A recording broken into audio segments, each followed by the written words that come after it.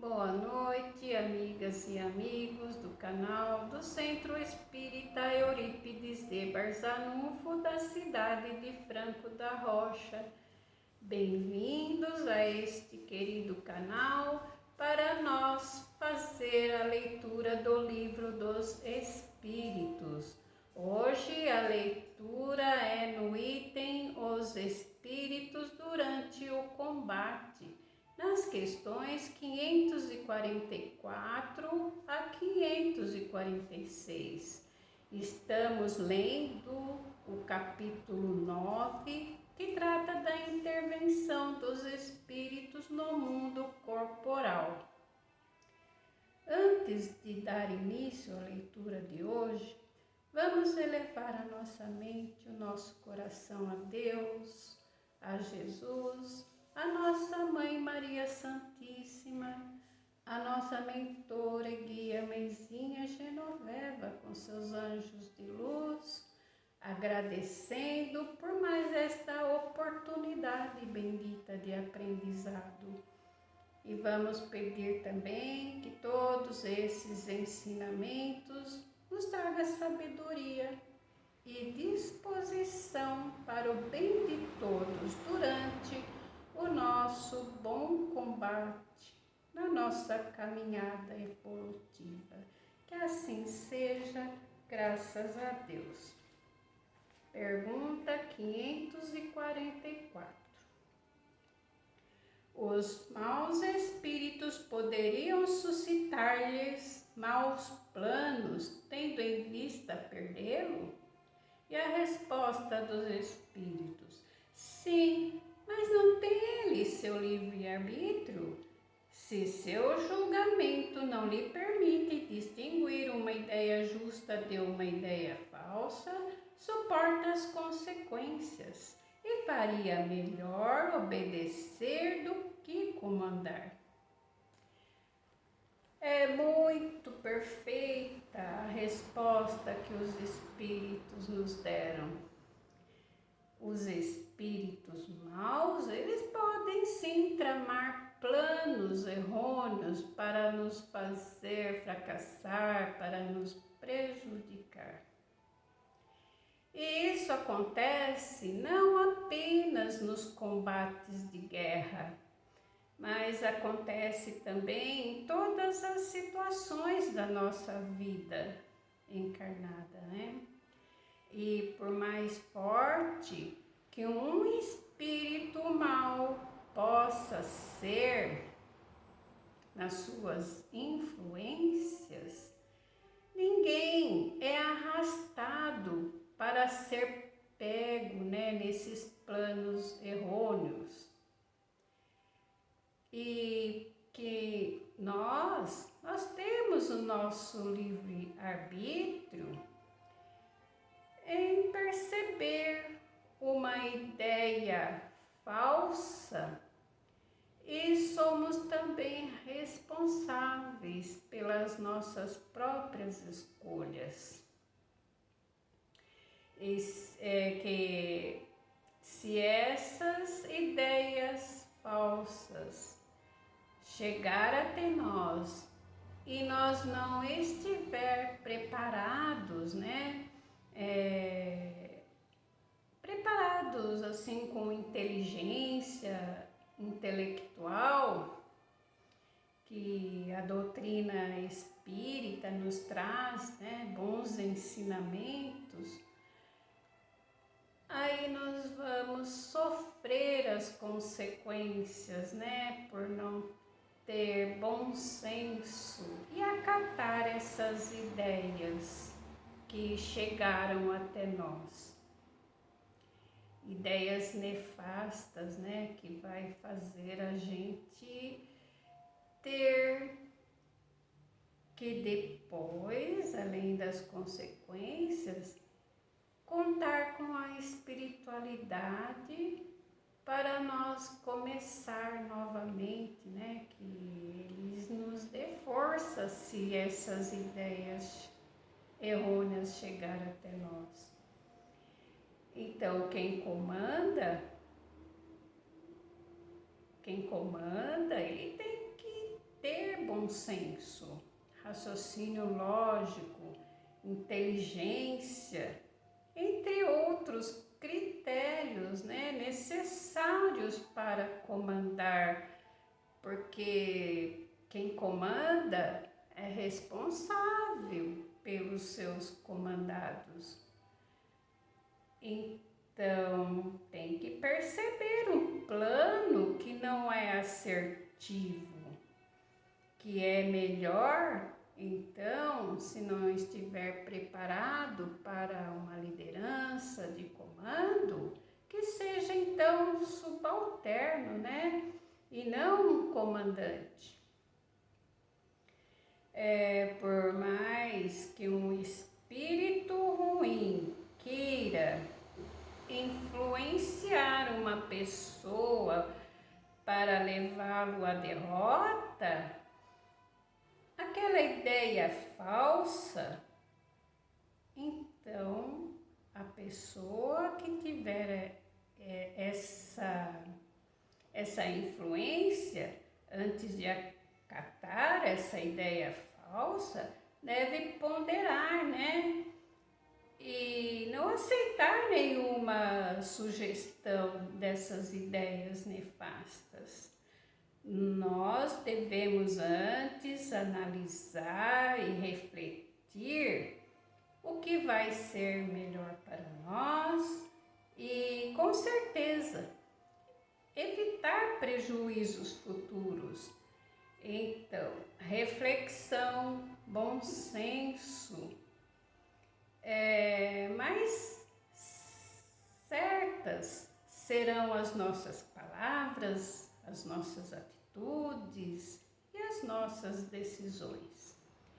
O grande problema é a ansiedade, quando essas coisas nos perturbam, que a gente tende a fazer tudo de momento, de fazer as coisas sem pensar, movidos pelas emoções. Quanto mais fazer as coisas sem pensar, mais nós vamos sofrer as consequências.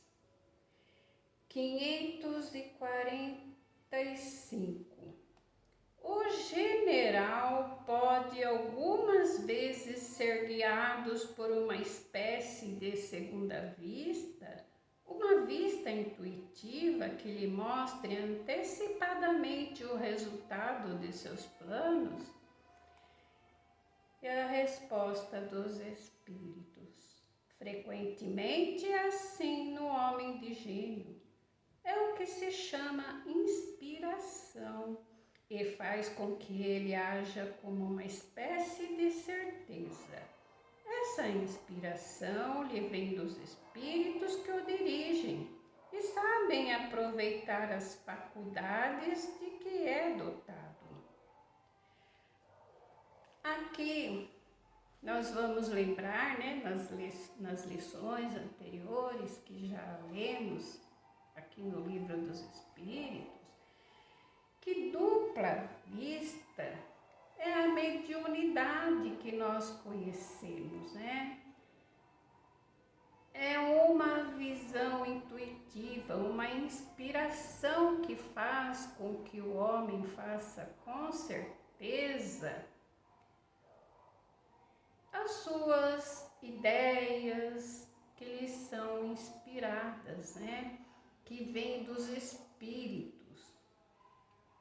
Na verdade, os espíritos dão a esse homem percepção e pressentimentos referentes a uma futura vitória do combate. Essa mediunidade pode acontecer em qualquer classe social, qualquer posição de comando ou de subalternos. Então, o general pode sim se tiver esse pressentimento ou intuição, ele segue com sua estratégia influenciada pelos espíritos, com orientações necessárias durante o combate. Pergunta 546. No tumulto do combate, o que ocorre com os espíritos que sucumbem? No primeiro momento, eu estou lendo aqui na parte de baixo. Vou ler de novo a pergunta. 546.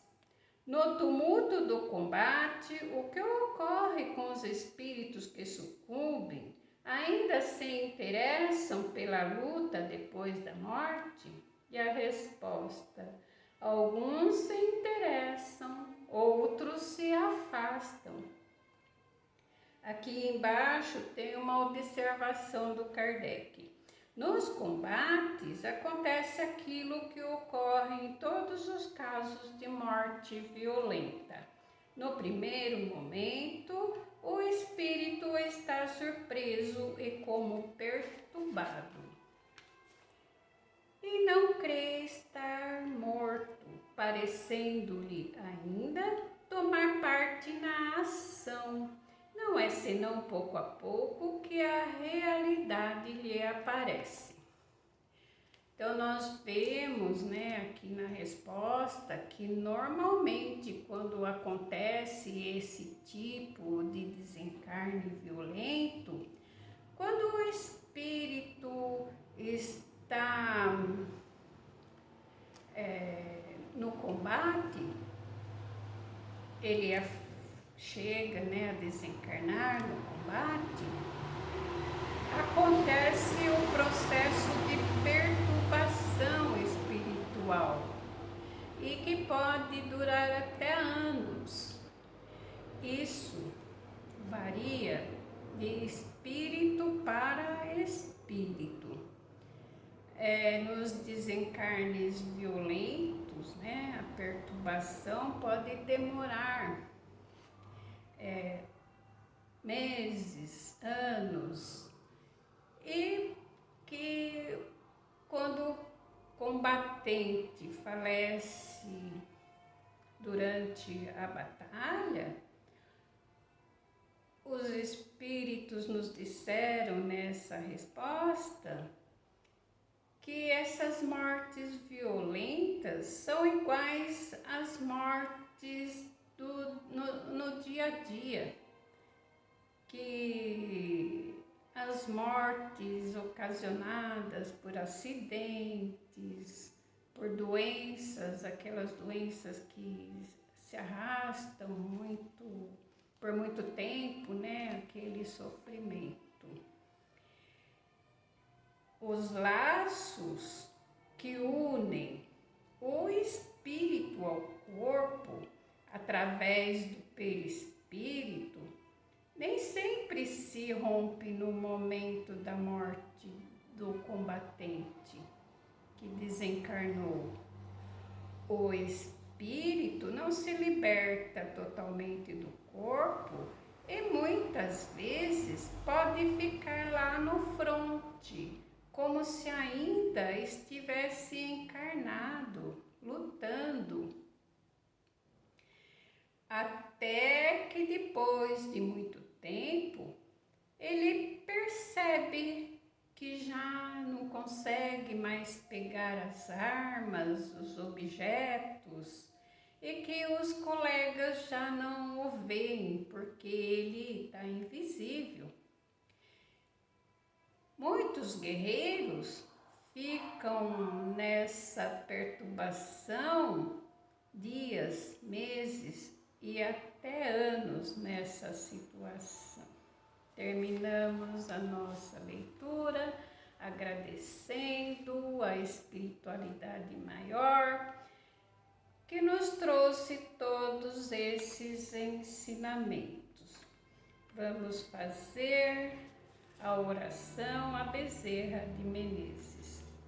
nós te rogamos, Pai de infinita bondade e justiça, as graças de Jesus Cristo, através de Bezerra de Menezes e suas legiões de companheiros, que eles nos assistam, Senhor, consolando os aflitos, curando aqueles que se tornem merecedores, confortando aqueles que tiverem suas provas e expiações a passar, esclarecendo aos que desejarem conhecer a verdade e assistindo a todos quantos apelam ao teu infinito amor.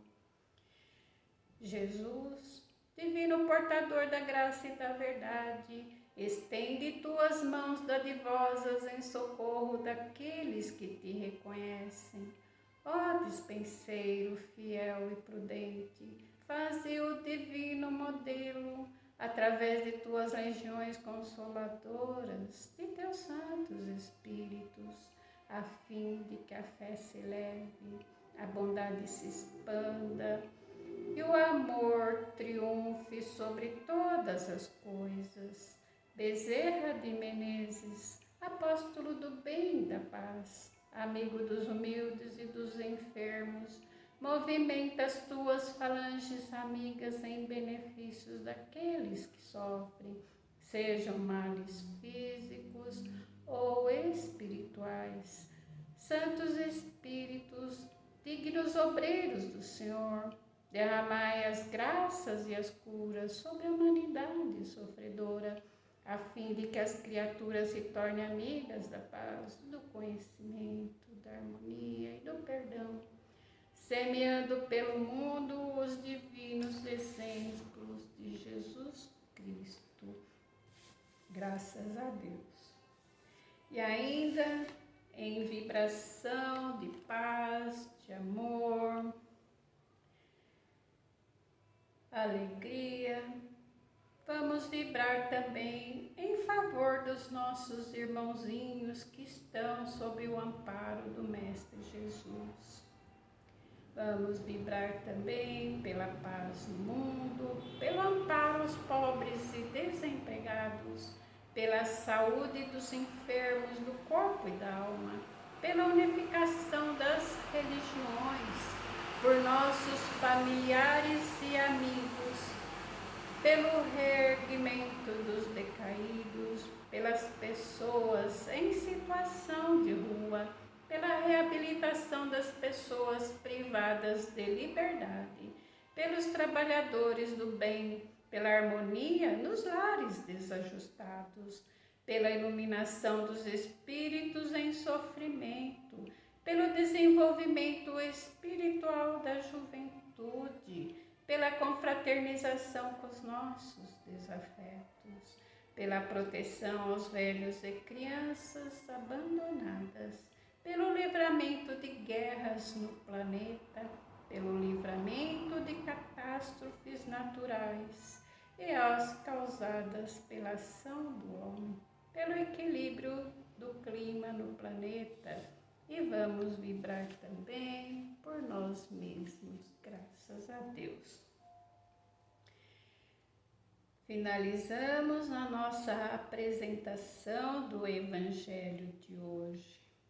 Que a paz, a luz, o amor de Deus e de Jesus esteja hoje e sempre no coração de todos nós.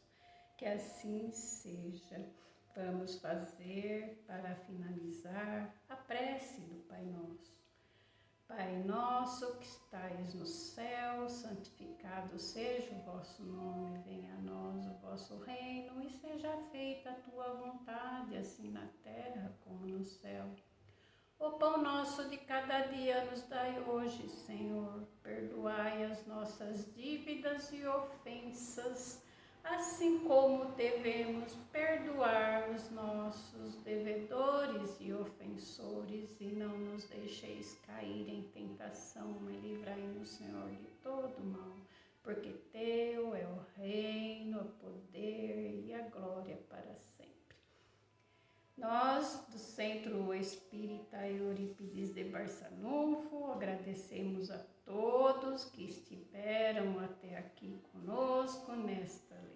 leitura. Desejamos a todos um bom final de semana. Muita luz e paz a todos e até a próxima leitura.